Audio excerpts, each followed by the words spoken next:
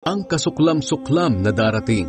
Makikita ninyo ang kasuklam-suklam na darating na magiging dahilan ng pag-iwan sa templo at nakatayo ito sa lugar na hindi dapat kalagyan nito. Kayong mga bumabasa, unawain ninyo itong mabuti. Kapag nangyari na ito, ang mga nasa Judea ay dapat nang tumakas papunta sa kabundukan. Ang nasa labas ng bahay ay huwag nang pumasok para kumuha ng anuman. Ang nasa bukid ay huwag nang umuwi para kumuha ng damit. Kawawa ang mga buntis at ang mga nagpapasuso sa mga araw na iyon dahil mahihirapan silang tumakas. Idalangin ninyong huwag itong mangyari sa panahon ng taglamig, sapagkat sa panahong iyon, makakarana sa mga tao ng mga paghihirap na hindi pa nararanasan mula nang likhain ng Diyos ang mundo hanggang ngayon, at wala nang mangyayari pang ganoon kahit kailan. Kung hindi pa iikliin ng Panginoon ang panahong iyon, walang matitirang buhay. Ngunit alang-alang sa kanyang mga pinili, paiikliin niya ang panahong iyon. Kapag may nagsabi sa inyo, narito ang Kristo,